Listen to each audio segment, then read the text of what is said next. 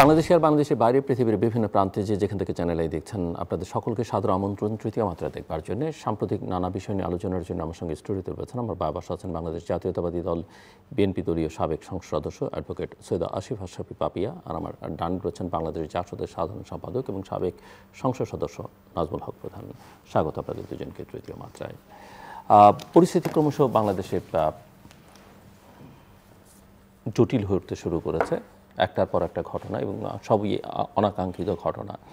ঢাকায় মিটফোর্ডে সোহাগের হত্যাকাণ্ড, একই সময়ে ঢাকার বাইরেও কিছু ঘটনা, এরপরে গোপালগঞ্জের ঘটনা, তারপরে সেটারও আবার বিস্তৃতি আমরা দেশের বিভিন্ন প্রান্তে নানা ফর্মে নানা ফ্যাশনে দেখতে পাচ্ছি।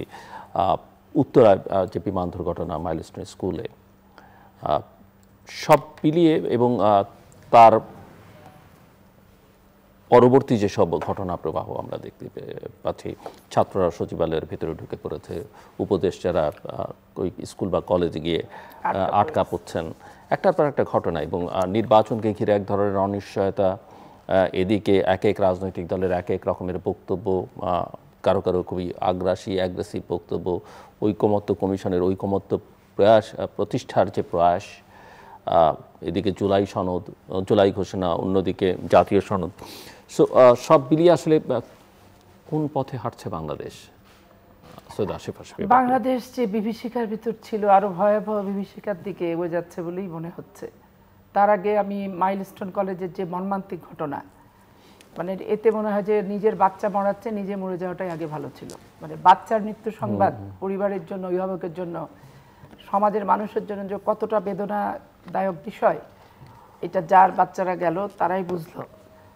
আর সবচেয়ে আশ্চর্যজনক ব্যাপার যে প্রতিবারই তো এই বিমান বাহিনীর এই প্রশিক্ষণগুলো হচ্ছে, কিন্তু এত জনাকীর্ণ এলাকায়, শিক্ষা প্রতিষ্ঠান এলাকায় মানুষের সমাগম যেখানে বেশি, এগুলো জায়গায় আসলে অ্যাভয়েড করা উচিত।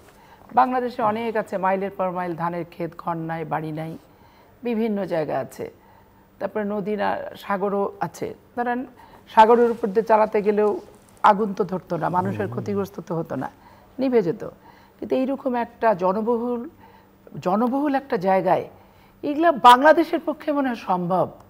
এরকম হঠকারী সিদ্ধান্ত নিয়ে এই যে তাজা তরুণ শিশু বাচ্চাগুলা একবারে মায়ের কোল থেকে চলে গেল, আরও যেগুলো অসুস্থ অবস্থায় আছে এগুলোর ভবিষ্যৎ কি, এদের শারীরিক অবস্থা কি হয় না হয়, আর কতগুলো বাঁচবে কতগুলো মারা যাবে, একটা হৃদয় বিদারক মর্মান্তিক।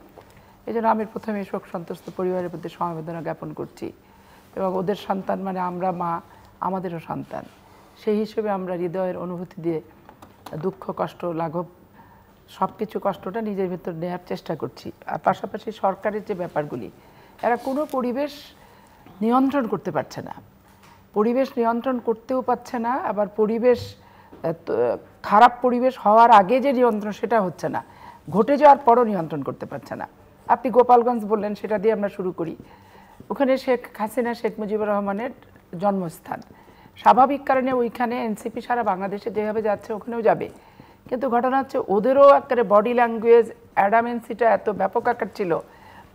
আর আওয়ামী লীগও ধরেন সারা বাংলাদেশ থেকে যত রকম মানে সন্ত্রাসী ছেলে পেলে নিয়ে অর্গানাইজড হইতে, সেটা তারাও ধরেন এটা সুযোগ হিসেবে একটা গ্রহণ করে তারাও তাদের মতো জানান দেওয়ার চেষ্টা করলো। আর আলটিমেটলি কি হলো, যে জুলাই আগস্টের যারা নেতা, যারা জুলাই আগস্টের সমস্ত কৃতিত্ব নিজেদের একক বলে দাবি করে থাকে, তাদের সেদিন যেটা যান বাঁচাতে যে পরিস্থিতিটার উদ্ভব হলো, এবং ওই উদ্ধ পরিস্থিতিতে ওটা ছাড়া তো আর বিকল্প কিছু ছিল না। প্রশাসন খুব কৌশল করে সুকৌশলে তাদেরকে যেভাবে হোক সেফ অবস্থায় তাদেরকে যে ফেরত দিল, এইটা নিয়ে রাজনৈতিক গোপালগঞ্জে বিশেষ করে রাজনৈতিক প্রোগ্রাম দেওয়ার আগে ঘোষণাটা কেমন হওয়া উচিত আর প্রস্তুতিটা কেমন থাকা উচিত, এটাও একটা শিক্ষার ব্যাপার তাদের। আর মাঝখান থেকে হলো কি, একটা জায়গায় যখন একটা ঘটনা ঘটে, তখন আমরাও যেমন এগুলো শিকার হয়েছি, একবারে দল করুক না করুক, মত করুক না করুক, দর্শন করুক না করুক, আর মাটির ভিতর শিকড়ও আসামি হয়। তো এরকম ধরেন যে গণপট্টায় আসামির তো আর শেষ হলো না, এবং পুরুষ শূন্য এলাকা মানব শূন্য এলাকায় রূপান্তরিত হলো। তো এই জন্য আমরা রাজনৈতিক সংগঠন যারা করি তাদের খুব সচেতনতার সাথে এই জিনিসগুলো পর্যবেক্ষণ করা দরকার, করে আমাদের সেভাবে কর্মসূচি দেওয়া দরকার। আর বাংলাদেশে বেশ চাঁদাবাজি, ধর্ষণ, রেপ, এসব জমি জালিয়াতি, এগুলো ঘটনা এক এক দলের নামে উঠছে। কোথাও উঠছে বিএনপির নামে, কোথাও উঠছে এনসিপির নামে, কোথাও উঠছে জামাত ইসলামের নামে, কোথাও ইসলামী মতবাদের পার্থক্য হওয়ার কারণে মাদানী হুজুরের যে মৃত্যুর সাথে পাঞ্জা লড়া।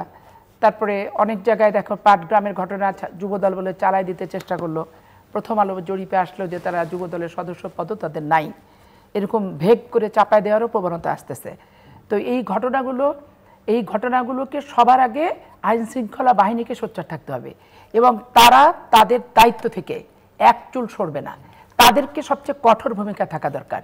ঘটনাটা ঘটার সাথে সাথে প্রকৃত ক্ষতিগ্রস্ত ব্যক্তি তাদের আমলে নিয়ে তাদেরকে মামলা নিয়ে সাথে সাথে আসামি ধরা যাবে এবং আসামি ধরে ফেলা উচিত এবং তাকে তার পরবর্তী কার্যক্রম তাদের চালু করা দরকার। তাহলে যখন একটা এক্সাম্পল তৈরি হবে একটা খারাপ কাজে, তখন খারাপ কুমনোবৃত্তি যাদের ভিতরে থাকে তাদের কুমনোবৃত্তিগুলো অন্ততপক্ষে পরিহার করার চেষ্টা তারা করবে এবং সুপ্ত অবস্থায় থাকবে, এগুলো জাগ্রত অবস্থায় আসবে না যে পরিণতি ওরকম ভয়াবহ হবে। দেখেন এই যে রিমা আর মনির, এই যে হত্যা করলো রিমাকে, মনিরকে ফাঁসি দেওয়া হলো, দেয়াতে তৎকালীন সময়ে দেখবেন অনেক সমালোচনা করলেও আলটিমেটলি কিন্তু নারী নির্যাতন, ধর্ষণ, স্ত্রী নির্যাতন, এগুলো অনেক ঘটনাগুলো কিন্তু কমে গেছিল এবং এখন দেখেন এগুলো ডে বাই ডে বাড়ছে। প্রবাসী তার বউ রেখে গেছে, জামাত ইসলামের লোক বাসায় ঢুকে রেপ করে ফেললো, আর এক জায়গায় জমি জালিয়াতি করে নিচ্ছে, কি করছে। আমাদের দৌলতপুরের যুবদলের ছেলে মারা গেল, সেটাও ধরেন, সেটাও একটা পত্রপত্রিকায় আসছে কিন্তু টক শোয়ের বিষয়বস্তু হয়নি। এখন আপনি এখানে ছাত্রদের কথাই চিন্তা করেন, ছাত্রদেরকে বেছে বেছে ঘটনাগুলোকে নিয়ে ইনভলভ করানো হচ্ছে মিছিল মিটিংয়ে, কিন্তু সকল ঘটনায় নিরপেক্ষভাবে যে তারা বিচার চাচ্ছে তা কিন্তু চাচ্ছে না। আর সবচেয়ে মানে যেটা দুশ্চিন্তার বিষয় যে ছাত্র সংগঠনদের লেজুর ভিত্তিক হয়ে যাচ্ছে বর্তমান এনসিপির এবং সরকারের, তারা কিন্তু শিক্ষা প্রতিষ্ঠানের ভিতরে তাদের দাবি দাবা নিয়ে কোনো আন্দোলন কিন্তু নাই। জাতীয় রাজনীতি এবং বিক্ষিপ্ত বিচ্ছিন্ন যেখানে যা ঘটছে সেগুলো যেটা মনে হচ্ছে সেগুলোকে নিয়ে তারা রাস্তায় নামছে, আর যেগুলো মনে হচ্ছে না যারা এগুলো আমাদের দরকার নাই, এখানে ভাগাভাগি হয়ে যাচ্ছে কিন্তু ইস্যুকে, সকল ইস্যুতে সমানভাবে তারা কিন্তু নামছে না। এতে বাংলাদেশ একটা মানে এক বিপদের হাত থেকে বাঁচতে যেয়ে মনে হচ্ছে আর এক বিপদের ভিতরে আমরা নিমজ্জিত হয়ে যাচ্ছি এবং এইখান থেকে আসলে আমরা সবাই দিশাহারা। কারণ এই সরকারকে নিরঙ্কুশ সমর্থনের মাধ্যমে এই সরকার যেভাবে আসলো এবং আমরা এখন পর্যন্ত যেভাবে সমর্থন দিয়ে আসছি, কিছু না কিছু কোথাও না কোথাও কোনো না কোনো ক্ষেত্রে অন্ততপক্ষে পজিটিভ তো কিছু দেখাতে হবে, পজিটিভ কিছু করতে হবে, আশার সঞ্চারটা আমাদের ভিতরে করতে হবে। সব জায়গায় নেগেটিভ, নির্বাচন নেগেটিভ, আইন শৃঙ্খলা নেগেটিভ, দ্রব্যমূল্য নেগেটিভ, ছিনতাই ডাকাতি নেগেটিভ, সামাজিক অবক্ষয় নেগেটিভ, সব কিছুতে নেগেটিভ। আর রাজনৈতিক দলগুলোর ভিতরে দেখেন আওয়ামী লীগকে হটানোর জন্য আমরা সবাই এক ছিলাম, কিন্তু আওয়ামী লীগ চলে যাওয়ার পর থেকে এখন আমার কৃতিত্ব বেশি, ওর কৃতিত্ব নাই, ওর কৃতিত্ব বেশি, ওর কৃতিত্ব নাই, ও লুটেরা, আমি হচ্ছে পীর সাহেব, ও হচ্ছে ধর্ষক, আর আমি হচ্ছে ইমাম সাহেব। এই যে প্রবণতা, এতে হচ্ছে কি নিজেদের ভিতর অন্তর্কলহই বলবো আমি, এটা নিজেদের ভিতর অন্তর্কলহে আরও জর্জরিত। এবং আপনি যে স্বৈরাচারকে উৎখাত করে পাঠালেন, আজকে সে তো অট্টহাসি দিবে যে 1 বছর পার হলো না, তোমরা নিজেরা গুতাগুতি করছো, তোমরা নিজেরা লাঠালাঠি করছো, নিজেরাই একজন আরেকজনের বিরুদ্ধচারণ করছো। তো এইটা স্বৈরাচারের অট্টহাসি দেওয়া ছাড়া তো আর আমি কোনো বিকল্প পথ ওদের দেখছি না। তো এই পথটা যত তাড়াতাড়ি পরিহার করা যায়, সরকারের শুভবুদ্ধির উদয় কিভাবে হবে আমি জানি না। শুধুমাত্র ডক্টর ইউনূস সাহেব নন, তার উপদেষ্টা মণ্ডলীর সদস্যদের আমি কোনো তাপ উত্তাপই দেখি না এবং ডক্টর ইউনূস সাহেবের সাথে সামঞ্জস্য রেখে তাদের কোনো কাজকাম আমি দেখি না। ইউনূস সাহেব যখন একটা নির্বাচনের ঘোষণা দিলেন যে এত তারিখের ভিতরে, এই মাসের ভিতরে আমরা একটা নির্বাচন করব, কিন্তু তার উপদেষ্টাদের ভিতরে বডি ল্যাঙ্গুয়েজ, চলন বলন, কথাবার্তার ভিতরে ওইটাকে সাপোর্ট করে কোনো পদক্ষেপ আমরা কিন্তু দেখলাম না এখন পর্যন্ত না। তো নির্বাচন ঘোষণা করলেই তো হবে না, নির্বাচন প্রস্তুতি, নিরপেক্ষ নির্বাচন করার যে সিস্টেম, যে সংস্কার, কোনো কিছুই নাই। মনে হচ্ছে যে সব কিছু নির্বাচনকে পিছিয়ে দিতে পারলে সমাধান। আর এই বর্তমান অন্তর্বর্তীকালীন সরকারকে আপনি যত দীর্ঘায়িত করবেন ততই মনে হচ্ছে যে মিডিয়া থেকে, সামাজিক যোগাযোগ মাধ্যম থেকে কিছু ব্যক্তি একবারে ব্যাপকভাবে সন্তুষ্ট হয়ে যাবে, কিন্তু মানুষের প্রত্যাশার বিষয়গুলো তারা কোনোভাবেই দেখছে না। এখন সরকারকে এই জিনিসগুলো নিখুঁতভাবে অবলোকন করে খুব তড়িৎ গতিতে তাৎক্ষণিক নিজেদের অবস্থান, নিজেদের পজিশন এটা বিবেচনা করে তাদের ভূমিকা রাখা উচিত। আর মাইলস্টোনের মতো ঘটনা আর বাংলাদেশের মাটিতে যাতে না ঘটে, এইটা মানুষের জীবন জীবিকার জন্য রাষ্ট্র যে নিরাপত্তা বিধান করে, সেখানে একটা যুদ্ধ বিমান প্রশিক্ষণ করাকে কেন্দ্র করে এতগুলো শিশু মায়ের কোল থেকে চলে গেল, ঝরে পড়লো অকালে, এইরকম মর্মান্তিক আর দ্বিতীয়বার যাতে না ঘটে, এই জন্য কর্তৃপক্ষ যথাযথ ব্যবস্থা গ্রহণ করবে, এটা আমার প্রত্যাশা। ধন্যবাদ আপনাকে সমালোচক। আসলে দুর্ঘটনা সম্পর্কে একটা কথা, দুর্ঘটনা আনসিন, দেখা যায় না, কিন্তু বাংলাদেশে সমস্ত দুর্ঘটনায় কেন যেন দেখা যাচ্ছে। এগুলো কীরকম দেখা যাচ্ছে, আমরা এমনি একটা খুব ডেন্সলি পপুলেটেড দেশ, তার মধ্যে ঢাকা আমাদের রাজধানী, সেই আমরা এই দেখতেছি এই যে ফ্লাইং ক্লাবের বিমান প্রতি বছরে বোধহয় এভারেজ একটা করে এরকম পড়ে যাচ্ছে, ভেঙে ধ্বংস। 33 বছরে 32টা, 33 বছরে 32টা। তার মানে এটা আমরা ধরেই নিচ্ছি যে এখানে এই দুর্ঘটনা হবে, ফ্লাইং ক্লাবের বিমান দুর্ঘটনা হবে। উনি একটা ভালো কথা বলেছেন যে যেখানে বিমান বাহিনীর ফ্লাইট, তাই না, বিমান বাহিনীর ফ্লাইট, ফ্লাইং ক্লাবের না, বিমান বাহিনীর। তো এই বিমানগুলি কবে আনা হয়েছে, এগুলির ফিটনেস আসছে কিনা, এই বিষয়গুলো তো আসলে অজানাই থেকে যায় সারা জীবন, আমরা জানতে পারি না, জনগণ জানতে পারে না, কিন্তু দুর্ঘটনা হয়। দুর্ভাগ্যের বিষয় হচ্ছে যেটা বললো মা হিসাবে উনি, আসলে তো এই যে সন্তানরা, এক শিক্ষিকা দেখলাম, এটা আমার চোখের সাথে জল বেরো না, কিন্তু শিক্ষিকার আমি এটা পড়ে আমার নিজের চোখে জল বেরোচ্ছিল যে আসলেই ওনার হাজব্যান্ড বলতেছিল তোমার তো ছেলে আর দুইটা আছে, বললেন এরাও তোমার সন্তান, মা এভাবেই মা। তো এটার জবাব তো নেই আমাদের কাছে। এই দুর্ঘটনাটা ঘটে গেল, সরকারের পক্ষ থেকে সরকারের দায়িত্ব সম্পর্কে কী কথা বলবো। সরকার তো শুরুর থেকেই, এই সরকার ক্ষমতা আসীন হওয়ার পর থেকে মব কালচারের ষষ্ঠতে এই সরকার নিজে। আমি এই কারণেই বলছি, একটা হচ্ছে আন্দোলনকালীন চলাকালীন সময় অনেক ঘটনা ঘটে, আমরা দেখছি 69-এ, আমরা দেখছি 71-এ, আমরা দেখছি 90-তে, হতেই পারে কিছু ঘটনা, তাই না, সেটা দোষের কিছু বলে মনে করি না। কিন্তু এটা সরকার আসীন হওয়ার পরে সরকার যদি কোনো জিনিস অপোজ করে, তাই না, সেটা সরকার আইনগতভাবে সেই সিদ্ধান্ত নির্ধারণ নেওয়ার অধিকার সরকার আছে। আমরা প্রথম দেখলাম, আমি বলেছি কোথাও আগেও, প্রথম দেখলাম বঙ্গবন্ধু থেকে শেখ মুজিবের ছবি অপসারণ এবং বীরের মতো সেটা পোস্ট দেওয়া। আবার এটা ক্যাবিনেট সিদ্ধান্ত নিতে পারতো যে না, আমরা সে কারো ছবি আমরা এন্টারটেইন করবো না, এই কারণেই যে আমরা নিরপেক্ষ সরকার, ইন্টারিম গভর্নমেন্ট, আমরা কোনো ছবি রাখবো না। সিদ্ধান্ত নিয়ে করলে তাও এটা ভালো হতো, কিন্তু না করে বীরের মতো ছবি নামিয়ে দিয়ে ফেসবুকে পোস্ট দেওয়া, তার মানে সরকারের পক্ষ থেকে একটা মবকে উস্কিয়ে দেওয়া হলো। এবং এর পরিণতি আমরা দেখলাম 7 মাস পরে দেখলাম 32 নম্বরে আপনার কীভাবে বুলডোজার দিয়ে ধ্বংস করা হলো। আমরা দেখেছি এই সরকার বহুত কোথায় কোথায় ভারত বিরোধিতার কথা বলে আর কি, সরকারের যারা আছেন, ওই যে যোগী আদিত্যনাথ আছে না, বুলডোজারের সংস্কৃতি তার, কিন্তু যোগীর হাইকোর্টের নির্দেশ অমান্য করে উনি অসংখ্য বাড়িঘর বুলডোজ করেছেন, ভেঙে দিয়েছেন উনি মুসলিম সম্প্রদায়ের। এটা দেখেছি আমরা, দোকানপাট ভেঙেছেন এবং হাইকোর্ট নিষেধাজ্ঞা দেওয়ার পরও সেই বুলডোজের সংস্কৃতি এই সরকারের পক্ষ থেকে নিয়ে আসা হলো এবং 32কে সেভাবে বিচ্ছিন্ন করা হলো। আজকে এই যে ঘটনাগুলি, এর পরের থেকে তো আর দেখবেন আপনি সারা দেশে এই যে পিটিয়ে মানুষ মারা, এই যে ওল্ড ঢাকায় যে ঘটনাটা ঘটলো, মনে হয় যে এটা কিছুই না, এটা প্রকাশ্যে দিবালোকে এরকম পাথর দিয়ে থেতলে মারছে, হ্যাঁ, এটা এই তো অদ্ভুত বিভৎসতা। এবং মজার ঘটনা হচ্ছে সরকারের নাকের ডোকায় বিভৎসগুলি হচ্ছে।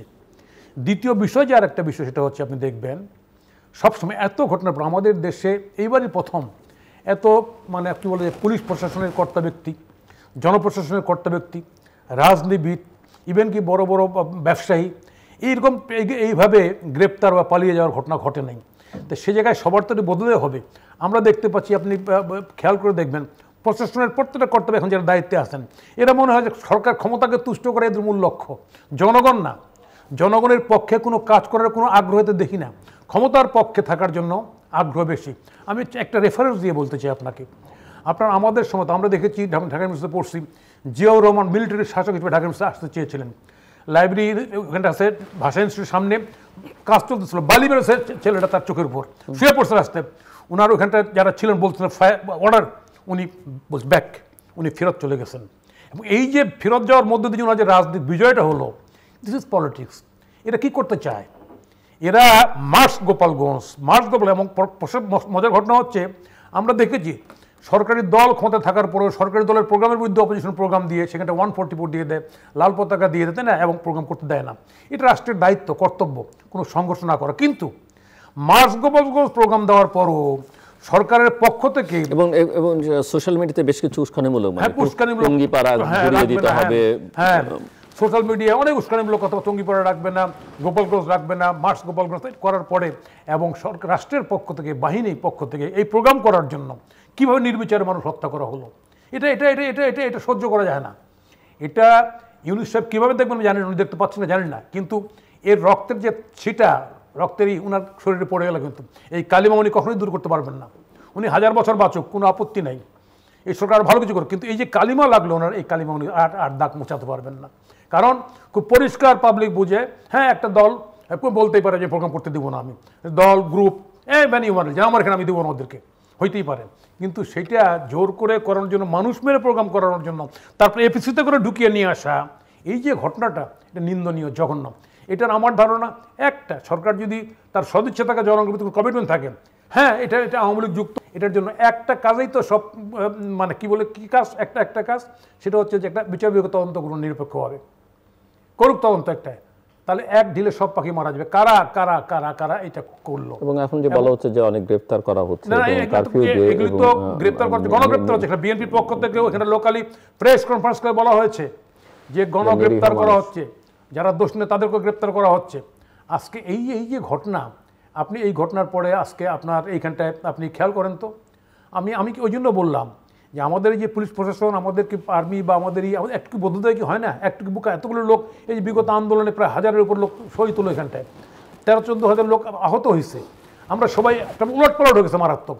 তারপরেও যদি ক্ষমতাকে তুষ্ট করার এই নীতি গ্রহণ করা হয়, তাহলে আমি তো বলবো ওই যে এই হাতের এপিটোপিট শেখ হাসিনা ক্ষমতায় থাকার জন্য যে বল প্রয়োগের নীতি গ্রহণ করেছেন এই সরকার, নতুন দল তৈরি করার ক্ষেত্রে অথবা তার ভিতরের নজরে বাঁচানোর ক্ষেত্রে একই নীতি গ্রহণ করছেন।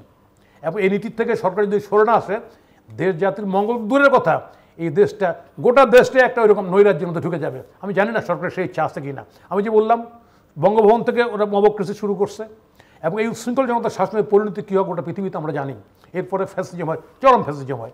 আজকে এই যে মাইলস্টোন স্কুলে যে শিশুদের এই যে এরকম নিহত হওয়া, এটা কি দিয়ে, কি বলে, টাকা দিয়ে কি বলে আমরা এই করবো? যারা আমাদের ভবিষ্যৎ, সেই সন্তানরা, সেই বাচ্চারা, নিষ্পাপ শিশুরা, তাই না, যাদের বাপ মা পিতা মাতা স্বপ্ন দেখছে ভবিষ্যতের, তারা আজকে এখান থেকে নিশ্চিহ্ন হয়ে গেল। আজকে ফলে আমি আমার পক্ষ থেকে, পার্টির পক্ষ থেকে তাদের আমি সমবেদনা জানানো ছাড়া আর তো কিছু বলার নেই। তো আমি বলবো, ঢাকার থেকে ফ্লাইং ক্লাব হোক, এয়ারফোর্স হোক, কোনো এরকম মহড়ার কোনো বিমান ঢাকার থেকে উড়ার কোনো প্রয়োজন নেই। এগুলো আমাদের যশোর আছে, রাজশাহী আছে, আরও অন্য জায়গায় বাইরে ব্যবস্থা করা হোক, কারণ ঢাকা খুব পপুলেটেড, সেসব জায়গায় করুক, কক্সবাজার করুক, সেসব করলে তাহলে দুর্ঘটনা ঘটলো, জনগণ এইভাবে এই ক্যাজুয়ালিটি হবে না, এইটা হবে না। আমি সেই দিকটা সরকারের দৃষ্টি রাখার জন্য বলবো। আর আমি আবারও বলবো, প্রশাসনের কর্তব্য শুরু করে সবাই এই ক্ষমতা ভোজন ছেড়ে দেন, ক্ষমতাকে তুষ্ট করা ছেড়ে দেন, রাষ্ট্রের দায়িত্ব পালন করার জন্য মানসিকতা তৈরি করুন। আপনি ডিসি সাহেব, আপনি এসপি সাহেব, আপনি জানেন যে আইন শৃঙ্খলা পরিস্থিতি অবনতি হতে পারে, সেই আইন শৃঙ্খলা পরিস্থিতি অবনতি আপনার ডিসির দায়িত্ব আসতে, আপনার সেখানটায় তার কার্যক্রম নেওয়ার আপনার দায়িত্ব তো আপনি কেন তাকিয়ে থাকবেন আপনার মন্ত্রীর দিকে, সচিবের দিকে? এই জন্য কি আন্দোলনটা হইল নাকি আজকে? তাহলে এইসব ঘটনা দিয়ে আজকে আমি প্রত্যেক প্রশাসনের সমস্ত জায়গায়, ইউনো থেকে শুরু করে, ওসির থেকে শুরু করে, আমি সবাইকে সতর্ক হওয়ার আহ্বান করছি এবং বিবেককে জাগ্রত করার আহ্বান করছি। মিস পাপি, আপনি শুনছিলেন মিস্টার প্রধানের কথা, ওনার কথার প্রেক্ষিতে যদি কিছু বলবার থাকে। একই সঙ্গে আমি অনেকেই মনে করেন যে বাংলাদেশের এখন পলিটিক্সটা ডিকটেট করছে মূলত জামাত এবং এনসিপি। সে প্রসঙ্গে সম্প্রতি জামাত ঢাকায় একটা বড় সমাবেশ করলো, সমাবেশ থেকেও তারা কিছু বার্তা দেওয়ার চেষ্টা করেছে যে তারা অন্যদের থেকে কেন আলাদা, তারা ক্ষমতায় গেলে ক্ষমতা যাবার কথাও তারা বলছে, এবং তারা কি করতে পারে না পারে সবেরই আপনার কাছে শুনতে চাই। এখানে আমি খুব অবাক হয়ে গেলাম যে বর্তমান সরকার জামাত প্রেমিক, সেটা আমরা জানি, আর এনসিপিকে তো জন্মই দিল, সেটা চোখে দেখলাম। কিন্তু জামাত আর এনসিপির প্রতি এত দুর্বলতা প্রকাশ করছে, এবং যেই দুর্বলতাটা আসলে অদূর ভবিষ্যতে একটা ভয়ঙ্কর বিভীষিকার দিকে কিন্তু এগিয়ে যাবে। এনসিপি যদি সরকারি দলই না হয়, এনসিপির প্রোটোকলগুলো দেখেন, সারা জেলায় যে যাচ্ছে, যেভাবে আর্মি, বিডিআর, র্যাব, গোয়েন্দা সংস্থা যেভাবে তাদেরকে প্রোটোকল দিচ্ছে, নিয়ে আসছে, এই ছেলেগুলা প্রোটোকল লাগবে কেন? ওরা যদি মনে করে ওদের নেতৃত্বে, ওদের আন্দোলনেই বাংলাদেশের স্বৈরাচার পতন হয়ে গেছে, শেখ হাসিনা ওদের ভয়ে পালায় চলে গেছে, তাহলে গোটা বাংলাদেশই তো ওদের। একে একটা চৌকিদারও থাকা উচিত বলে তো আমি মনে করি না। এখানে একটা চৌকিদার কিংবা ওই আনসার ভিডিপিও থাকা উচিত না, কারণ গোটা বাংলাদেশ তো ওদের, গোটা বাংলাদেশের জনসমর্থন ওদের। ওরা রাষ্ট্রীয় ক্ষমতা যাওয়ার কল্পনা করছে নিবন্ধন ছাড়াই। ওরা 64টা ডিস্ট্রিক্টে পার্টির কমিটি করার আগেই রাষ্ট্রীয় ক্ষমতার মতো বেশভূষা, বডি ল্যাঙ্গুয়েজ এবং যে উপদেশগুলা দিচ্ছে সবাইকে, দেশবাসীকে যে সবকগুলা দিচ্ছে, এইটা তো কোনো সদ্য জন্মপ্রাপ্ত নবজাতক শিশুর সংগঠন মনে কিন্তু হয় না। তাহলে তাদের এই বডি ল্যাঙ্গুয়েজ, পুরাতন বন্দোবস্ত তাদের খুবই অপছন্দ। তাহলে এই নতুন বন্দোবস্ত এটা কি, যে সরকারি প্রোটোকল নিয়ে নতুন বন্দোবস্তের ছেলেরা চাঁদাবাজি করে কোথায় যাবে, কোন হোটেলে থাকবে, তার খরচকে দেবে, এই যে বিশাল লটবহর নিয়ে তারা যাচ্ছে, এই আয় ব্যয়ের উৎস কি জনসমক্ষে তারা প্রকাশ করছে? তাদের ওইলিশারা টাকা দিচ্ছে, ওইলিশারের নামও তো আমরা জানতে চাই, যে হঠাৎ করে তাদের এই 3 মাসে এত ওইলিশার জন্মালো কোথা থেকে, ওইলিশারের বৈধ পথে টাকা আসলো কোথা থেকে? সব আওয়ামী লীগের সময় অবৈধভাবে ইনকাম করার টাকা এই সমস্ত নবজাতকদের পিছনে সাবাল্যক করার জন্য খরচা করে বৈধতা পাওয়ার যে চেষ্টা, ওই অবৈধ টাকাগুলোকে, এগুলো কিন্তু বাংলাদেশের মানুষের বুঝতে সমস্যা হয় না। আপনি জামাত ইসলামের অবস্থা দেখেন, তারা যেখানে সোহরাওয়ার্দী উদ্যানে তারা প্রোগ্রাম করলো, রেস্ট কোর্সের ওখানে, আচ্ছা করলো, ওখানে একটা মুক্তিযুদ্ধের একটা ইতিহাস আছে, একটা ঐতিহ্য আছে, একটা চেতনা আছে। তাদের গঠনতন্ত্রে এবং প্রথমবার গঠনতন্ত্র এই ধরনের জনসভার কিন্তু কোনো লিপিবদ্ধ নাই, তাদের যে গঠনতন্ত্র দল পরিচালনার, এই প্রথমবারের মতো। কিন্তু এইটাতে সরকারের কনসেন্ট এবং গোয়েন্দা সংস্থার কনসেন্ট নিয়ে তারা করায় দেখলো। কি কারণে তারা করলো? দেশীয় এবং আন্তর্জাতিকভাবে জানান দিতে, যেখানে তারা অনেক শক্ত। এখানে আলটিমেটলি হলো কি, 50,000 লোক হলে যেই মাঠ ভরে, আমি ধরে নিলাম 3 লক্ষ লোক, বাসায় একটা স্ত্রী একটা সাবাল্য ভোটার রেখে আসছে, আলটিমেটলি 9 লাখ। আপনি 10 লাখই ধরে ফেলেন, তো 300 সিটে 10 লাখ আপনি ভাগ করেন। কারণ জামাত ইসলাম এমনই একটা সংগঠন, চিড়া মুড়ি খেয়ে, ওদের কর্মী তো না, এরা হচ্ছে কর্মচারী, ওরা নিজেরাও চাঁদা দেয়, আবার ওরা বেতনও পায় তাদের কর্মের জন্য। তাহলে ওদের লিস্টেড সব, লিস্টের বাইরে সাধারণ সমর্থক কেউ কিন্তু ওদের নাই, ফ্লটিং ভোটার ওদের কেউ নাই, আমি দেখিনি। যেহেতু আমার প্রতিপক্ষ সারা জীবনই রাজশাহী, চাঁপাইনবাবগঞ্জে জামাতের সাথে আমার মোকাবেলা করতে হয়, এখন রাষ্ট্রীয়ভাবে মোকাবেলা করছি, কথা বলছি, এতে গাত্রদাহ হয়, জামাত ইসলামের গাত্রদাহ হয়। তারা অনেক ফেসবুকে ফেক আইডি খুলে অশোভন অশালীন ভাষায় মন্তব্য করে। আমি অবাক হয়ে যাই যে তাদের ভিতরে, তারা বলে আমাদের ভিতরে নাকি ইসলাম নাই, কিন্তু ইসলামের দলের ভিতরে এত নগ্ন, এত রুচিহীন, এত কুরুচিপূর্ণ বক্তব্য মন্তব্য তারা যে করে, তারা কোনো পবিত্র মায়ের গর্ভে ছেলেগুলোর যে ছিল 9 মাস, একটা পবিত্র বাবা যে জন্ম দিচ্ছে এদেরকে, আমার ভাবতে অবাক লাগে যে এই সমস্ত ল্যাঙ্গুয়েজ, ভাষা এরা কোথা থেকে আসে। এগুলো কিন্তু তাদের একবারে প্রশিক্ষিত। আমি যখনই একটা রাষ্ট্রীয় বিষয় নিয়ে কথা বলবো, জামাত ইসলামের ইসলামী ছাত্র শিবিরের সাবেক ঢাকা বিশ্ববিদ্যালয়ের সাধারণ সম্পাদক, নাম আমি বলতে চাচ্ছি না, সকালবেলা উঠে আমি তার ফোনটা পাবো, সে মানে পরোক্ষভাবে আমাকে থ্রেটই দেয় যে আপনি যেই কথাটা বললেন, আপনার ভাবমূর্তি নষ্ট করার জন্য আমরা ব্যাপকভাবে প্রচেষ্টা করব। আমি যে তোমারও ধারণা নাই যে তোমরা ভাবমূর্তি নষ্ট করার চেষ্টা যে করতেছো, এটা আমি 40 বছর থেকে সাফারার, এবং আমি গন্ডারের চামড়া হয়ে গেছি। তোমাদের ওগুলো কথাবার্তা আমার কিচ্ছু যায় আসে না। আমার কাছে যেটা সত্য, মানুষের জন্য যেটা সত্য, ধর্মের চোখে যেটা সত্য, মানবিকতার কাছে যেটা সত্য, আমি সেই কথাটাই সবসময় বলছি, সবসময় বলবো। এটাই হচ্ছে আমার বৈশিষ্ট্য। এইটাতে তোমাদের এই থ্রেট আমার কোনো কাজে লাগবে না। তারপর আপনি এখানে দেখেন যে জামাত ইসলামের মহিলাদের যে ব্যাপারটা, একটা মহিলা বিবর্জিত একটা প্রোগ্রাম, তাহলে এখানে 52% মহিলা ভোট। তাহলে মহিলাদের আজকে চিন্তা করা দরকার যে এই দলটা ক্ষমতায় যাওয়ার স্বপ্ন দেখে এই 9 লাখ লোক নিয়ে, সারা বাংলাদেশে 9 লক্ষ লোক নিয়ে ক্ষমতা যাওয়ার স্বপ্ন দেখে, তাদের কি অবস্থাটা, তাহলে মহিলাদের অবস্থানটা বুঝেন। তারপর তারা যে প্রতিশ্রুতি করলো, আমরা ন্যাম ভবনের বাড়ি নেব না, বাড়ি যদি 11 মাসে ওই বিভিন্ন ব্যবসায়ীদের কাছ থেকে বাড়ি তৈরি করা হয়ে যায়, তো ন্যাম ভবনে না ওঠা তো সেটা পরের কথা। ট্যাক্স ফ্রি গাড়ি নেব না, তার চেয়েও বড় গাড়ি যদি 10 মাসে পেয়ে যায়, ট্যাক্স ফ্রি গাড়ির তোমাদের দরকার নাই। এখন তারা ধরেই নিচ্ছে যে তারা ক্ষমতায় যাচ্ছে, ধরে নিয়ে বলতেছে ট্যাক্স ফ্রি গাড়ি নেব না, ন্যাম ভবনের বাসা নেব না, আর পূর্বাচলের জায়গা নেব না। তো পূর্বাচলের জায়গা, ন্যাম ভবনের গাড়ি আর ট্যাক্স ফ্রি গাড়ি, ন্যাম ভবনের বাড়ি, এগুলো তো পার্লামেন্টে বসে এমপিদের সকলের সিদ্ধান্তে একটা আসে। দেখেন আওয়ামী লীগ যখন বিতাড়িত হলো তারা কি বলল যে আওয়ামী লীগকে আমরা ক্ষমা করে দিলাম, সাধারণ ক্ষমা। মনে হচ্ছে একবারে জাতির উদ্দেশ্যে বক্তৃতা, জাতি ওনাকে ক্ষমা করার দায়িত্ব দিচ্ছে। আর এখন বাংলাদেশের ভবিষ্যতে ভোট কখন হবে, কি পদ্ধতিতে ভোট হবে, কি পদ্ধতিতে ভোটার হবে, কোনো কিছুর কোনো ঠিক ঠিকানা নাই। উনি ওসিয়ত করে দিচ্ছেন। এই ওসিয়ত না করে উনি যদি বলতেন যে আমি ধর্মকে নিয়ে রাজনৈতিক হাতিয়ার হিসেবে ব্যবহার করব না, তাহলে এই প্রতিজ্ঞাটা মানুষ ভালোভাবে নিত। তারা যদি বলতো যে আমি বেহেস্তের টিকিট বিক্রি করার নাম করে দাঁড়িপাল্লায় ভোট চাবো না, তাহলে এই ওসিয়তটা মানুষ খুব ভালোভাবে নিত। তারা যদি বলতো যে আমরা হচ্ছে এমপি হয়ে আর মন্ত্রী হয়ে আর ক্ষমতায় যাই, বাংলাদেশের নারীরা তাদের যেভাবে চলা বলার যে স্বাধীনতাটা, জনসমাবেশ থেকে আর্টিকেল 36, 37, 38, 39 এগুলো তারা সমানভাবে সাংবিধানিকভাবে ভোগ করবে, এই ওসিয়তটা যদি করতো যে আমরা সেখানে বাধা দেব না, তাহলে ধরেন তাদের ওসিয়তটা ঠিকঠাক মতো কাজে লাগতো। তারা জুম্মা মসজিদে খুতবার ভিতরে দাঁড়িপাল্লার ভোট চাবো না, এই প্রতিজ্ঞাটা যদি করতো তাহলে তো কাজে লাগতো। এইটা নিয়ে আবার অনেকে দেখেন আমির হামজার মতো হুজুরেরা আবার অপব্যাখ্যা করে। আমার কথা হচ্ছে মসজিদ মুসলমানদের জায়গা, যে যেই দল করুক নামাজ পড়তে ওখানে যাবে। এইখানে তাদের ব্যক্তিগত জামাত ইসলামের খুতবা দিয়ে তাদের ভোট চাইতে গেলে আরও 10টা সংগঠনের তো নেতাকর্মী আছে, তাদের ভোটটা তাহলে কে যাবে? তাহলে মসজিদে কোনো দলের পক্ষ হইতে ভোট চাওয়া উচিত না।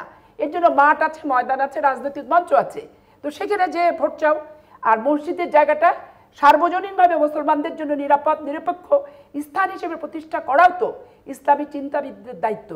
এই কথাটা বলার সাথে সাথে বলছে যে আমি তো মুসলমানই না, আমার নাকি জানাজাই হবে না, আমির হামজা সাহেবের জানাজা হবে, আমার নাকি হবে না। আল্লাহ যদি আমার ভাগ্যে লিখে রাখে যে আমার জানাজা হবে না, তো সেটা আল্লাহর সাথে বান্দার সম্পর্ক ছাড়া তো আর বোঝা ছাড়া তো আর কোনো কিছু নাই। তাহলে এইখানে দেখেন ধর্মকে পুরো অপব্যাখ্যা করছে, অপব্যবহার করছে, কুরুচিপূর্ণ বক্তব্য, কুরুচিপূর্ণ দৃষ্টিভঙ্গি, কুরুচিপূর্ণ কথা, তিলকে তাল, ইমেজ নষ্ট করার জন্য সকল প্রকার নগ্ন কৌশল, একবারে ফেসবুক থেকে শুরু করে আপনার সামাজিক যোগাযোগ মাধ্যম থেকে শুরু করে পত্রপত্রিকা থেকে শুরু করে সমস্ত কিছুতে লিপ্ত। তাহলে গীবত করা তো মহাপাপ। তাহলে প্রতিনিয়ত মানুষের ব্যক্তি ইমেজ নষ্ট করার জন্য মিথ্যার আশ্রয় নিয়ে তারা যে কর্মকাণ্ডগুলো আছে, হাদিস কোরআন কোথায় আছে এটা বলেন? কোথাও কিন্তু নাই। তাহলে আজকে জামাত ইসলাম যেটা শপথ নেওয়ার দরকার সেখানে শপথ নাই, যেখানে প্রয়োজন নাই সেখানে নিচ্ছে। তাহলে এদেরকে দেখেন, তারপর হুট করে উনি অসুস্থ হয়ে গেলেন, অসুস্থ হলেন, আলহামদুলিল্লাহ উনি তেমন কোনো ভাবে খারাপ কিছু হয়নি, বক্তৃতার গলার জোর তো ওনার কমলই না, হাসপাতালেও হাস্য উজ্জ্বল, অন্ততপক্ষে সবাই মিলে তাকে দেখতে গেল, ফোন টোন চিকিৎসাপত্র সব কিছু নিল, 4 ঘন্টা পর বাসায় গেলেন, ওই সহি সালামতে উনি ভালোই আছেন, শুকুর আলহামদুলিল্লাহ যে খারাপ কিছু হয়নি। এখন এই যে মানে এদের যে ব্যাপারগুলো আমাদের সাথে পায়ে পা বাঁধায় গণ্ডগোল, পুরাতন বন্দোবস্ত চলবে না, একটার পর আর একটা দ্বিতীয় কোনো বিকল্প নাই। এই যে অ্যাডের মতো করে জামাত ইসলাম আর এনসিপি বিভিন্ন জায়গায় ছাড়ছে, তোমাদের বিকল্প কি? পার্টির প্রোগ্রামকে একবারে মার্চ টু অমক, মার্চ টু তমক বলা, তোমার এক পুরাতন বন্দোবস্তের ভিতর নেই, কি নতুন বন্দোবস্ত? কক্সবাজার যে সালাউদ্দিনের মা মাসি গোষ্ঠী উদ্ধার করে গাল দিলা, তো সালাউদ্দিনের কি 15 বছরের কন্ট্রিবিউশন নাই? ওকে নিয়ে যে শিলংয়ে ফেলে দিল, কি ইচ্ছা করে চলে গেছে? ওর পরিবার পরিজন দল সবাই তো 15 বছর সালাউদ্দিনকে ছাড়া আমাদের থাকতে হয়েছে, এখন পর্যন্ত ইলিয়াস আলীর হদিস নাই। তো পুরাতন বন্দোবস্তে আমরা, তোমরা নতুন বন্দোবস্তে ইলিয়াস আলীকে তার পরিবারের কাছে ফেরত দাও, চৌধুরী আলমকে নতুন বন্দোবস্তে ফেরত দাও, তোমাদের নতুন বন্দোবস্ত সাগরে বিমান উড্ডয়ন করো, যুদ্ধজাহাজ চালাও, প্রশিক্ষণ দাও, মাইলস্টোন কলেজে কেন? তোমাদের নতুন বন্দোবস্ত বিডিআর পিলখানার হত্যা করো, তোমাদের নতুন বন্দোবস্ত সারা বাংলাদেশের গুমখুমের বিচার করো, তোমরা সেগুলোর ভিতর নাই। তোমরা একটা খুপড়ি রাজনৈতিক সংগঠন খুলে দিলা, একটা চাঁদাবাজির খাত একটা শুরু করলা, এটা নিয়ে খাত খুলে দিয়ে গোটা বাংলাদেশে এখন বিশৃঙ্খলা করে বেড়াচ্ছ, গোটা বাংলাদেশে একে তাকে নিয়ে সমালোচনা করছো। মানুষ অনেক ধৈর্যশীল, কারণ ইউনূস সরকারের প্রতি মানুষের আশাটা একটা প্রত্যাশা ছিল, আশা ছিল, ধৈর্য সরকারের সমর্থন দিছে। কিন্তু এই সমর্থনের বাঁধটা ভেঙে যাক, ধৈর্যের বাঁধটা ভেঙে যাক, এইটা কিন্তু দেশের মানুষ আর চাচ্ছে না। দেখেন বাংলাদেশের নির্বাচন, প্রত্যেকটা জিনিস একটা করে লেজ বাঁধা দিচ্ছে। নির্বাচনের প্রসঙ্গটা পরে আসি, আচ্ছা পরে আসি। মিস্টার নাজমুল প্রধান, একটা বিষয় হচ্ছে যে রাজনীতি যে জায়গা থেকে এসছে পৃথিবীর গোটা বিশ্বে, যদি ব্রিটেনের কথাই বলি, সেখানে একটা কথা আছে রাজনীতি প্রবাদের মতো, tolerance is the basis of politics. সহ্য, ধৈর্য, ভিন্ন বিতর্ক, ভিন্ন মত শোনার যদি না থাকে তাহলে সেই রাজনৈতিক দল না, এটা রাজনীতি না। উনি একটা চমৎকার কথা বলছে এই যে ফেসবুকে, আমি যেদিন আজহার সাহেব মুক্তি পেল, আমি ওই দিন টকশোতে ছিলাম, আমি বললাম উনি মুক্তি পেল, জামাতের বিরুদ্ধে যে অভিযোগ 71 মুক্তি, সে অভিযোগ থেকে ওনারা মুক্তি পেলেন না, বা এর সুযোগ ছিল ওনাদের সে অভিযোগ থেকে মুক্তি নেওয়ার, নিলেন না। এই কথার কারণে আমাকে যেভাবে গালাগালি করা হয়েছে ফেসবুকে, আমি চিন্তা করলাম যে এরা কি ইসলাম কায়েম করবে এবং ধর্মের ধারে কাছে নাই। তাহলে tolerance is the basis of politics. রাজনীতি যে জায়গার থেকে আসছে এটা তো প্রথম দিকেই তারা নাই। এক, দ্বিতীয় কথা হচ্ছে এই দলটার তো সত্য জানে না এই প্রজন্ম। 71 সালে এই একান্ত সালে গভর্নমেন্টে ছিল, সরকারে ছিল, সরকারে তারা ছিল, তারা গভর্নমেন্ট চালিয়েছে, বাহিনী তো করেছে, রাজাকার করেছে, আলবদর করেছে, আর শামসি তো করছেই, তারপরে সরকারও ছিল তারা। এবং সারেন্ডারের সময় they are also identified by the document যে হ্যাঁ এরাও এই শক্তিগুলো আত্মসমর্পণ করলো। কিন্তু তার অনুশোচনা তো দূরের কথা। নূতন প্রজন্ম বলে দিস ইফ বাট, এটা যদি, ওইটা যদি, এই যদি, সেই যদি, তাহলে মিথ্যার আশ্রয় নিয়ে কী মঙ্গল করবে দেশের, এরা কী মঙ্গল করবে? আজকে আমি এলাকা, উনিও যান এলাকায় পপুলার, আপনার এলাকায় বহুদিন ধরে ফাইট করে রাজনীতি করেন, এখানটায় আওয়ামী লীগ ছিল, জামাত ছিল, আমি ওই এলাকাটা চিনি। তো এই যে এনসিপির গোটা দেশে এই যে মুভমেন্ট, এই মুভমেন্টের সঙ্গে যুক্ত করা সাপোর্ট কাদের? সাপোর্ট ওই দলটির, জামাতের, সমস্ত জায়গায়। এবং দেখবেন কথার স্বরের অনেক মিল আছে। কি মিল? জামাত খুব ভালো, ওনারা সবাইকে ক্ষমা করে দেন, ওনারা শান্তি শৃঙ্খলার জন্য ওনারা কিন্তু সমস্ত আকামগুলো এই ছেলেদের ঘাড়ে তুলে দিচ্ছেন ওনারা। এবং আপনি দেখতে পাবেন যে এই যে এনসিপির বিভিন্ন জায়গায় প্রোগ্রামের যে কথাবার্তা, যে এই যে আমরা জাতীয় নির্বাচনে এই পরিবেশ নাই এবং এখন হবে না, এটা স্থানীয় সরকার নির্বাচনের পরিবেশ আছে নাকি? এটা চান কেন? হ্যাঁ, জামাত ইসলাম নিজেরা প্রার্থী তালিকা ঘোষণা করছেন সমস্ত জায়গায় এমপির, আবার বলছেন না ওইটা পরিবেশ নেই, পরিবেশ হচ্ছে কি স্থানীয় সরকারের, তাহলে এমপি ঘোষণা করছেন কেন? মানে এত দ্বৈততা, এত ভিন্নতা, এই দলটা আসলে দেশ জনগণের জন্য কোনো কল্যাণ করবে এটা আমি বিশ্বাস করি না। বাংলাদেশের রাজনৈতিক যে কোনো কারণেই, এটা আওয়ামী লীগের মিস হ্যান্ডলিংয়ের কারণে অথবা রাজনীতিতে ঠিকমতো গাইড না করার কারণে এই শক্তিটা নিজেদেরকে সংগঠিত করার সুযোগ পেয়েছে। আমার ধারণা বাংলাদেশের বর্তমান প্রেক্ষাপটে অপরাপর গণতান্ত্রিক সংগঠন যারা আছে, ডেফিনেটলি বিএনপির বড় সংগঠন, আরও যারা আছে, সবাই এই ক্ষেত্রে সবারই একটা কমন দৃষ্টিভঙ্গি থাকা উচিত। আমাদের দেশটাকে আমরা কোথায় নিয়ে যেতে চাই? আজকে জামাত থেকে আপনি জানেন একটা ভালো অংশ বেরিয়ে গেছে, ব্যারিস্টার রাজ্জাক, উনি মারা গেছেন, ওনার ওই এবি পার্টির যারা আছে ওনারা জামাতের করছেন, নেতাও ছিলেন, এবং কি কারণে ওনারা বেরোছে এদের ওনাদের বক্তব্য আছে। যারা জামাত করেন এদেশের দেশবাসীর কাছে আমরা আহ্বান করব এগুলো একটু জানার পড়ার, তাহলে আমার ধারণা জামাত সম্পর্কে একটা সম্যক জ্ঞান লাভ করেন। বাইরের বেশভূষা দেখে যদি ধর্ম কায়েম হতো, হ্যাঁ, তাহলে তো বহু আগে জামাত যেখানটা জন্ম মওদুদি সাহেব ওখানটাই করতে পারতেন, করতে পারেন নাই তো। তাহলে আজকে বাংলাদেশে নতুন করে উন্মাদনা তৈরি করে আওয়ামী লীগের এই ভুল এবং একটা ফ্যাসিস্ট রাজনীতির কারণে যে চোটপাট করছেন, আমার ধারণা এটা বেশি দিন কন্টিনিউ করবেন। এটা ফারবার একটা কী বলা যায়, এটা বুদবুদের মতো তৈরি হয়ে গেছে। হ্যাঁ, ওনাদের ক্যাডার আছে, সব কিছুই আছে, কিন্তু but in the long run বাংলাদেশের রাষ্ট্রীয় ক্ষমতার জন্য এই ফোর্স কখনোই কোনো ভায়াবল ফোর্স হবে এটা মনে করি না আমি। তবে সমস্যা তৈরি করবে। ওনারা কোথায় কোথায় আওয়ামী লীগ যেমন তার বিরুদ্ধে মদলেই বলে দেয় রাজাকার, জামাতও ঠিক একই স্বরে দেখবেন বলে ফেলবে যে আপনি মুসলমান না। আমাকে যেমন বলছে, আমাকে তো মুসলমানই মনে হয় না, মনে হয় যে ও বেটার মধ্যে ও বোধহয় মুসলমান ঠিক করে, ও আল্লাহ হয়ে গেছে আর কি, ওকে নির্ধারিত করার দায়িত্ব দিয়ে দিচ্ছে কেউ আর কি, মুসলমানই মনে হয় না, লেখছে আমার ফেসবুকে কমেন্ট। তো আমি এখানটায় এই দলের যারা নেতা আছেন, আপনার যদি ডেমোক্রেসির মিনিমাম বিশ্বাস থাকে, যদি ডেমোক্রেসি যে না আমরা মনে করি আগের রাজনীতি ধারা সেই ধারা পরিবর্তন হয়েছে, চিন্তা চেতনার আপনাদেরও পরিবর্তন নিশ্চয়ই হয়েছে, তাহলে আপনারা প্রথম ডেমোক্রেটিক টলারেন্সের জায়গায় আসেন, নাম্বার 1। দ্বিতীয়, ডেমোক্রেসির মধ্যে ভিন্ন মত, ভিন্ন দল, বিরোধী দল থাকবে, এটা এই সমালোচনা সহ্য করে রাজনীতি করতে হবে। আপনি যে রাজাকার ছিলেন এটা আপনাকে বলবে, আপনি যে 71 করছেন বলবে, তাহলে এটা সহ্য করে রাজনীতি করার যদি না থাকে, যদি মনে করেন যে আমি সব বিপ্লব করে সব শেষ করে ফেলবো, হ্যাঁ, তাহলে তো দিল্লির দুরস্ত বলতেই হবে আমাকে। জি, মিস পাপি, আপনি ইলেকশন নিয়ে কথা বলতে চাইছিলেন। হ্যাঁ, আপনারা একটা জিনিস দেখেন, তারা এইটা ওইটা ওসিয়ত করতেছে রাষ্ট্রীয় ক্ষমতায় গেলে কি করবে। রাষ্ট্রীয় ক্ষমতায় জামাত ইসলাম যাবে, এই সরকার বসাবে, এটা তারা ধরে নিয়েছে। কিন্তু 1971 সালে মুক্তিযুদ্ধের ভূমিকা কি ছিল সেই নিয়ে কিন্তু ওই উদ্যানে একটি বারের জন্য কিন্তু কোনো কথা উচ্চারণ করেনি। 86 স্বৈরাচারের সাথে তারা নির্বাচনে যে প্রথম পার্লামেন্টকে অপবিত্র করলো, সেই বিষয় নিয়ে তাদের কোনো তওবাতিল্লা কিন্তু নাই। এই মুহূর্তে দরকার তত্ত্বাবধায়ক সরকার। বিএনপিকে 2টা মহিলা এমপি দিয়ে সমর্থন দেওয়ার পরও আওয়ামী লীগের কাতারে এসে গোটা বাংলাদেশে ওই উপনির্বাচনটা যে তারা হতে দিল না, বোমা ফাটানো থেকে সন্ত্রাসী কর্মকাণ্ডে লিপ্ত হলো, সেই ব্যাপার নিয়ে তাদের কিন্তু কোনো ওসিয়ত নাই। আবার 2001 সালে আওয়ামী লীগকে টপকে বিএনপির সাথে ঐক্য করলা। বিএনপি একটা মুক্তিযোদ্ধার দল, স্বাধীনতা ঘোষকের দল, ফ্রিডম ফাইটারের দল। এই নির্বাচনী জোট করতে যে 2জন মন্ত্রীকে 2জন মন্ত্রী দেওয়াতে সারা জীবন আমরা যতদিন বেঁচে থাকবে, বাংলাদেশ যতদিন বেঁচে থাকবে, তাদের জন্য এই কালিমা আমাদেরকে নিতে হবে। এইটা আজকে জামাতের অস্বীকার করার কোনো যুক্তি নাই। আর জামাতের পক্ষে যারা সাফাই গেয়ে বেড়ান, তারাও কিন্তু কোনো যুক্তি এখানে প্রদর্শন করতে পারবেন না যে অহেতুক আমরা একটা ঘাড়ে একটা দোষের বোঝা পার্মানেন্টলি নিছি শুধু নির্বাচনের সমঝোতা করে নির্বাচনটা আসন ভিত্তিক করার জন্য। যেই 2008 সালে দেখেন মঈনুদ্দিন ফখরুদ্দিন আসলো, সাথে সাথে বিএনপির বিরুদ্ধে বিষোদ্গার করলো।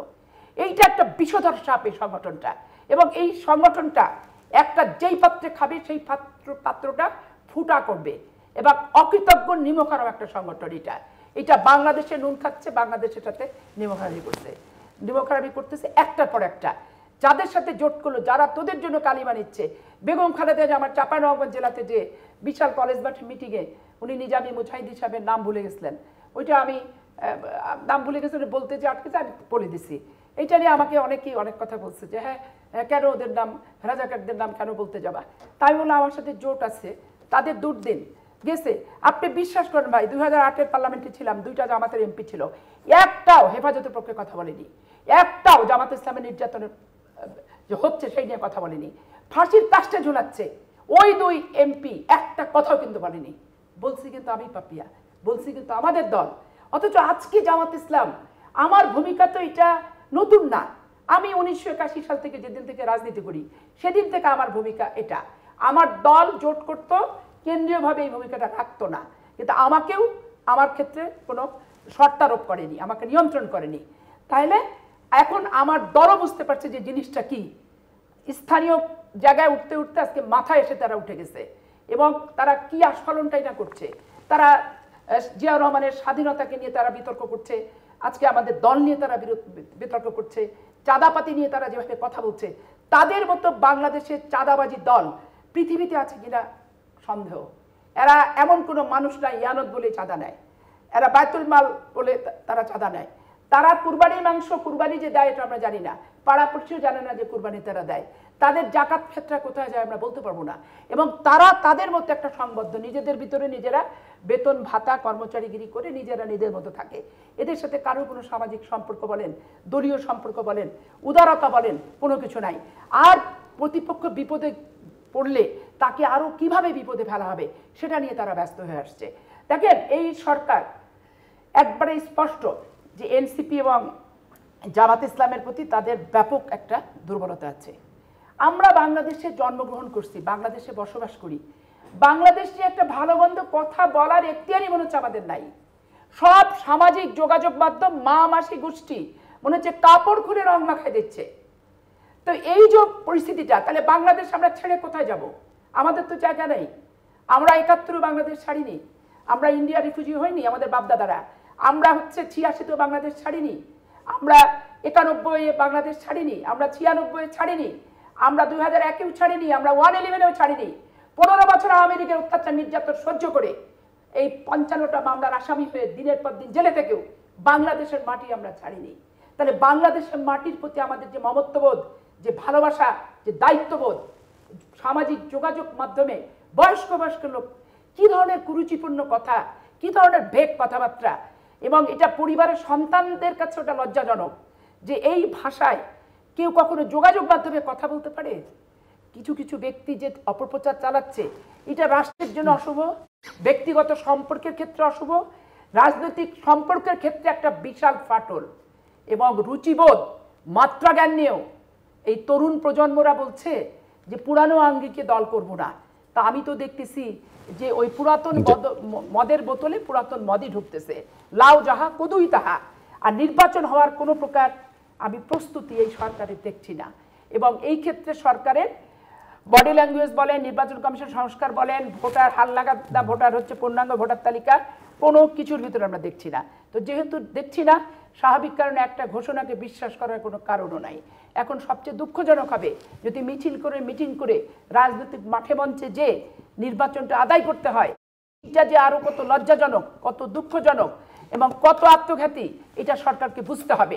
এবং এই সরকারকে যারা চালাচ্ছেন, একবারে মানে ব্ল্যাঙ্ক চেক দিয়ে যারা চালাচ্ছেন, একনিষ্ঠ সমর্থন দিয়ে যারা চালাচ্ছেন, ভালো মন্দ বুঝার চিন্তাই করছেন না।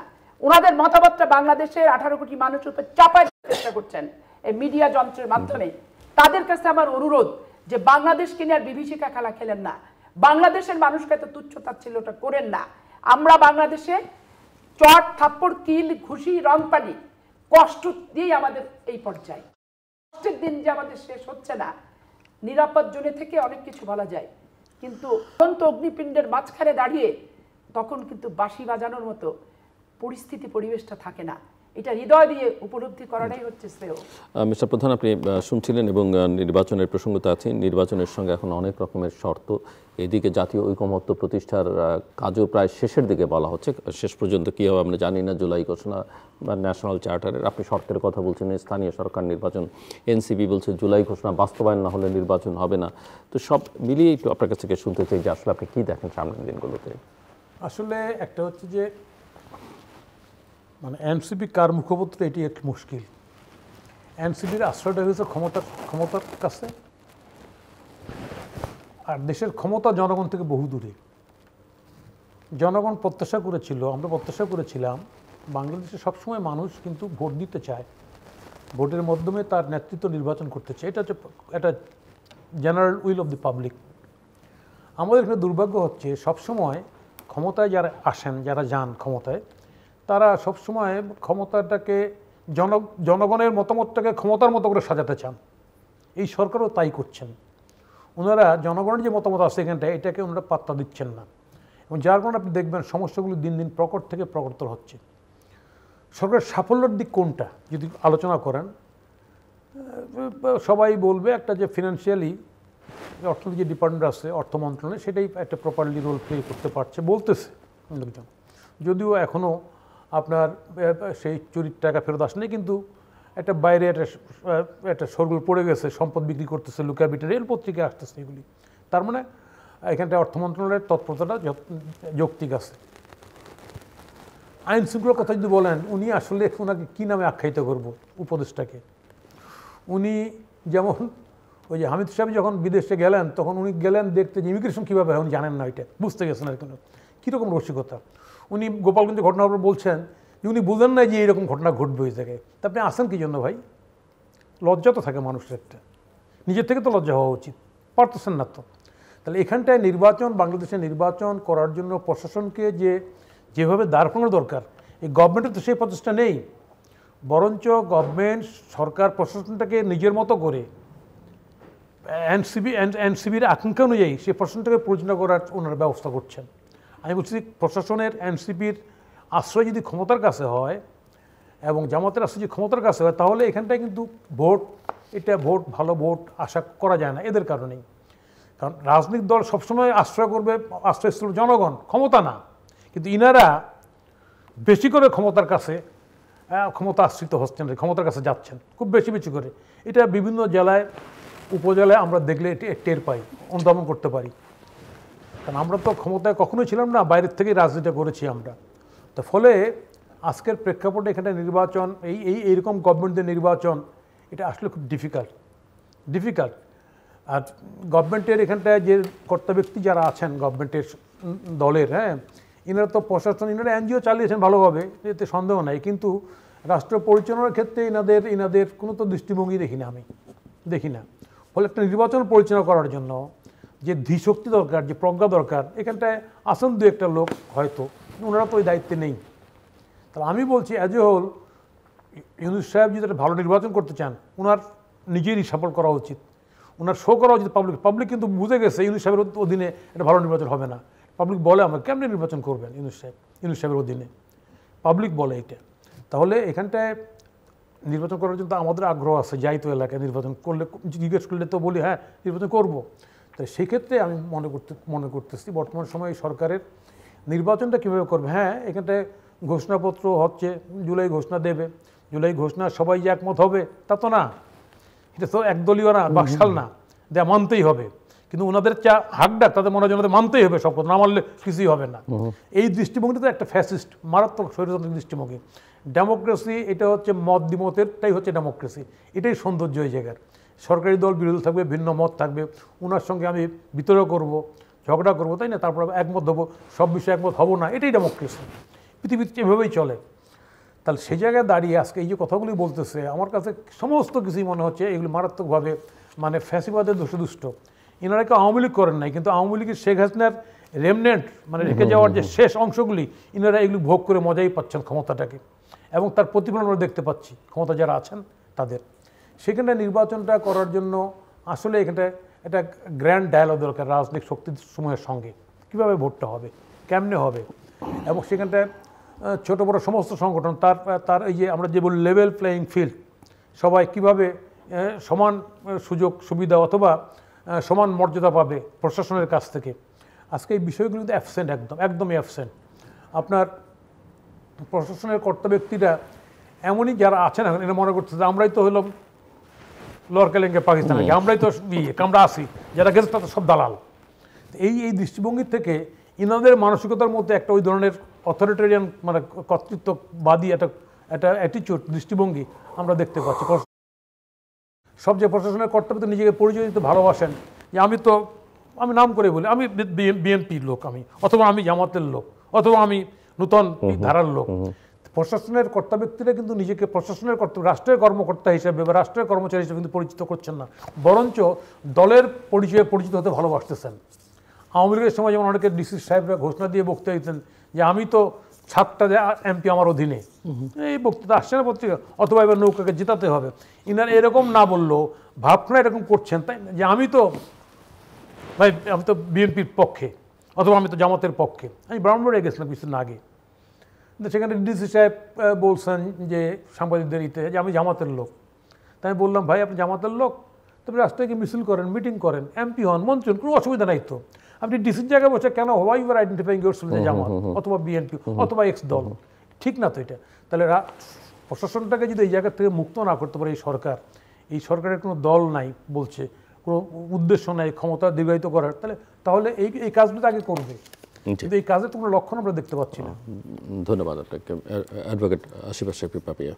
দেখেন ভাই এখানে চাঁদাবাজদের ব্যাপারটা এসআলম গ্রুপের একজন ঘনিষ্ঠ সহচর জামাতের কর্মী সভাতে রাজশাহীতে ছবি সহ পত্রিকা প্রকাশিত হয়েছে যে এসআলম গ্রুপের একটা ঘনিষ্ঠ সহচর। তাহলে এসআলম গ্রুপটা কি স্বৈরাচার না? তাহলে স্বৈরাচারের এই ঘনিষ্ঠ সহচরকে জামাত ইসলাম যখন নিয়ে যাচ্ছে, এইটা কিন্তু টক শোয়ের বিষয়বস্তু হচ্ছে না, ওই জাস্ট পত্রিকার ওই ছবিটুকু পর্যন্ত কিন্তু সে আবদ্ধ থাকছে।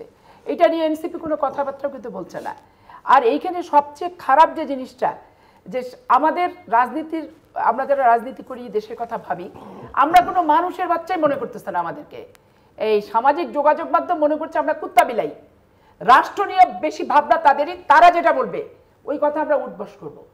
মানে এমনভাবে ডিকটেট এবং বডি ল্যাঙ্গুয়েজ এবং এমনভাবে তাদের অ্যানালাইসিস শুনলে মনে হচ্ছে যে বাংলাদেশে বাস করছি না কোথায় বাস করছি নিজেই বুঝতে পারছি না। তারপরে এখানে আপনি যেটা বললেন ঘোষণাপত্রের আগে দুটো বিষয় ক্লিয়ার করতে হবে। এনসিপির ভিতরে কোনো শিবির আছে কিনা, এটা এনসিপিকে ক্লিয়ার করতে হবে। আর জামাত ইসলামের 71 সালের মুক্তিযুদ্ধ নিয়ে তাদের ভূমিকাটা কি ছিল, সেটা সঠিক ছিল না বেঠিক ছিল। আমার ব্যক্তিগতভাবে রাষ্ট্রের নাগরিক হিসেবে আমি এই দুটো সংগঠনের প্রতি আমার দাবি থাকবে যে তাদের অবস্থানটা তাদেরকে ক্লিয়ার করতে হবে। ক্লিয়ার করার পরে অবশ্যই ঘোষণাপত্র নিয়ে আমাদের রাজনৈতিক সংগঠন, আমাদের কেন্দ্রীয় নেতারা স্পষ্টভাবে তাদের বক্তব্য আছে যে ঘোষণাপত্রে এত তারিখের ভিতরে, এই মাসের ভিতরে আপনারা করেন। কিন্তু এখানে যার দল তার আশ্রয় থাকতে হবে। এই সব জায়গায় বিষয় দেবে যে ডক্টর ফাইজুল্লাহ কি দল করতো, এখন তো বোঝা গেল। বিএনপির ভিতরে ঢুকায় রেখে দিল মালয়েশিয়াতে, সারাদিন বিএনপির সমালোচনা করতেছে বিএনপির দাবিদার হয়ে। এই পাপিয়াকে বহিষ্কার করো, হারুনকে বহিষ্কার করো, অমক করো, তমক করো, জামাতের বিপক্ষে বলছে এই সেই 7-17 করে। লাস্ট অফ অল ডক্টর ফাইজুলের ভূমিকাটা কোন জায়গায়, কোন গোড়ার শিকড় আর কোন গাছের আগাছা? জামাত ইসলামের মঞ্চে। এখন যখন আমরা আওয়ামী লীগের বিরুদ্ধে 15 বছর ছিলাম, সারা পৃথিবীতে এরকমভাবে বিএনপির সাথে জামাতরা বিভিন্নভাবে জড়ায় ছিটায় আছে। আবার ছাত্র শিবির আওয়ামী লীগের সাথে জড়ায় ছিটায় ছিল, যে তাদের সাথে চলে ফিরে বসে একটা ভাবসাব নিয়ে নিরাপদে থাকার জন্য। তো এই জড়ানো ছিটানো ভাই জামাত ইসলাম, এই জড়াই ছিটায় সব দলে না রেখে নিজের জিনিস নিজে ক্লোজ করেন, ক্লোজ করে নিজেরা নেন। যেখানে যে অবস্থায় আছেন নিজেদের ক্লোজ করেন। এই আগাছা দিয়ে অন্য দল নিয়ন্ত্রণ আর অন্য দলে বিশৃঙ্খলা করে বেড়াবেন, আর দায় নিতে হবে সেই সমস্ত দলকে। এইটার ভিতরে আমরা যেতে চাচ্ছি না। এইটা পরিষ্কার হয়ে যাওয়া দরকার। নতুন বন্দোবস্তের কথা যারা বলে, নতুন কিছু দেখায়, ওই তো শোডাউন দিয়ে গোপালগঞ্জে গেল এক সুরে, 64টা ডিস্ট্রিক্ট গেল আর এক সুরে। 64টা ডিস্ট্রিক্টে হলো এক বক্তৃতা, কক্সবাজারে যে হলো আর এক বক্তৃতা। তাহলে এই যে তাদের পার্থক্য, এই পার্থক্যগুলো, তারপরে এই যে বিমানে এত লট বহর যাওয়া খরচাপাতি, নতুন বন্দোবস্তে আমরা তো হিসাব দিই না, বলে যে আমরা হিসাব দিই না। আমি তো 30 বছর থেকে চাঁদা দিচ্ছি, হিসাব নাকি এখন রাষ্ট্রকে দিতে হবে, এনসিপিকে দিতে হবে। তো এনসিপি তো নতুন 9 মাসের দল, ওরা এখন থেকে রাষ্ট্রের হিসাব দেখ, দিয়ে আমাদের কাছে প্রতিফলিত করুক যে হ্যাঁ হিসাব দিচ্ছে। নতুন বন্দোবস্তের সব হোতারা হিসাব দিয়ে স্বচ্ছতার বহিঃপ্রকাশ করছে। আমরা ওই সমস্ত শুভাকাঙ্ক্ষীদের নাম জানতে চাই যে 50টা গাড়ির বহন নিয়ে যাওয়ার জন্য ওই মিয়ামিতে অপেক্ষা করে বিনা পয়সা খাওয়ার জন্য এবং তাদের টিপস ধরানোর জন্য। আর জামাত ইসলামকে বলতে চাই, গরিব দুঃখী অসহায় মানুষের কাছে লাউ, কদু আর সিঙ্গাড়া আর ইয়ানতের পয়সা মুষ্টি চাল নিয়ে খামও দিচ্ছেন, দাওয়াতপত্রও দিচ্ছেন। এইভাবে গেস্ট নিয়ে এসে রাজনীতিকে কলুষিত আর কতদিন করবেন? সঠিক পথে যান, ধর্মকে ধর্মের জায়গায় রাখেন, অপব্যবহার বন্ধ করেন, রাজনীতিতে রাজনীতির মতো করেন। তাহলে বুঝবো যে রাজনীতির হ্যাডও আপনাদের আছে। আর ধর্মকে অপব্যবহার করে রাজনীতি করতে গেলে আপনি না পাবেন ধর্ম, না হবে রাজনীতি। ওই ছাগলের 3 নাম্বার বাচ্চা বেগুনের ঘন্ট হয়েই থেকে যেতে হবে আপনাকে। জি, আপনি আর কিছু যোগ করবেন? আমি শেষ করবো, জাস্ট 30 সেকেন্ডসের যোগ করার জন্য আমরা একটা সংকটের মধ্যে আছি। এই সংকটটা নিরসনের জন্য দেশের নির্বাচনটা হওয়া প্রয়োজন, জরুরি। কারণ অনির্বাচিত সরকার এই সমস্ত জিনিসকে প্রশ্রয় দিয়ে নিজের লক্ষ্যে তো পৌঁছাবে না, বরঞ্চ দেশটাকেও লক্ষ্যহীন করে ফেলবে। এবং যে লক্ষ্যহীনের কারণে দেশের মধ্যে একটা এনার্কি হয়ে যাবে, যেখানে আমরা ঢুকে যাচ্ছি ক্রমান্বয়ে। আজকে এই যে ছাত্রদের সচিবালয়ে ঢোকা, এই যে সমস্ত জায়গায় একটা এনার্কি, এই যে উপদেষ্টারা অবরুদ্ধ, তাহলে তারা অনুধাবন করা উচিত তাদের, যে ওনারা দেশটা কোথায় নিয়ে যাচ্ছেন। এর থেকে আমার ধারণা they should come in right track. দর্শক অনুষ্ঠানের শেষ প্রান্তে আমরা সামাজিক যোগাযোগ মাধ্যম ফেসবুক, এক্স এবং ইউটিউবে তৃতীয় মাত্রা লাইভ স্ট্রিম হচ্ছে, আপনারা দেখতে পারেন। টেলিভিশন পর্দায় দেখতে না পারলে যে কোনো সময় যে কোনো স্থান থেকে ইউটিউবে তৃতীয় মাত্রা চ্যানেলটি সাবস্ক্রাইব করে এই পর্ব বা পুরোনো পর্বগুলো আপনারা দেখতে পারেন। মিস্টার নাজমুল হক প্রধান এবং অ্যাডভোকেট সৈয়দ আসিফ হাশিম পাপি, অসংখ্য ধন্যবাদ এই আলোচনা অংশ নেওয়ার জন্য। দর্শক, আপনারা আমার 2 অতিথির কথা বলছিলেন, অত্যন্ত একেবারেই বলা যেতে পারে তাদের কৈশোর থেকে রাজনীতিতে তারা অত্যন্ত সক্রিয় ছাত্র নেতৃত্বে ছিলেন এবং বাংলাদেশের রাজনীতির ইতিহাসে গতি প্রকৃতি তাদের জানা। তারা তাদের মতো করে জামায়াতের রাজনীতি, নতুন এনসিপির রাজনীতিকে বিশ্লেষণ করেছেন এবং এখানে বোধহয় দ্বিমত করবার খুব বেশি সুযোগ আছে বলে মনে হয় না অনেকের কাছেই। এবং দুজনেই বলছেন যে দেশ এক গভীর সংকটের দিকে এগিয়ে যাচ্ছে এবং এই সংকট থেকে পরিত্রাণের একটা উপায়, সেটা হচ্ছে দেশটাকে একটা গণতান্ত্রিক প্রক্রিয়ার মধ্যে নিয়ে যাওয়া এবং তার জন্য নির্বাচনের কোনো বিকল্প নেই। নির্বাচন হলেই সব কিছু ঠিকঠাক হয়ে যাবে এমনটা কেউ মনে করেন না, কিন্তু নির্বাচন ছাড়া গণতন্ত্র হয় না এবং নির্বাচন ছাড়া যে সরকার, সেই সরকার জনগণের প্রতিনিধিত্ব করে না। কাজে জনপ্রতিনিধিত্বশীল সরকার দরকার এবং তার জন্য একটা অবাধ, সুষ্ঠু, গ্রহণযোগ্য, অংশগ্রহণমূলক, আন্তর্জাতিক মানসম্পন্ন নির্বাচন অনুষ্ঠান অত্যন্ত জরুরি। যত দ্রুত হবে ভালো, যত দেরিতে হবে দেশের জন্য তত বিপদ। এবং কোনো শর্ত যুক্ত নির্বাচনে, শর্তহীন নির্বাচন, আমরা আশা করি যে সরকার, বিশেষ করে সরকার প্রধানের বোধোদয় হবে। আমাদের সঙ্গে থাকবার জন্য অসংখ্য ধন্যবাদ, আপনাদের সবার জন্য শুভকামনা।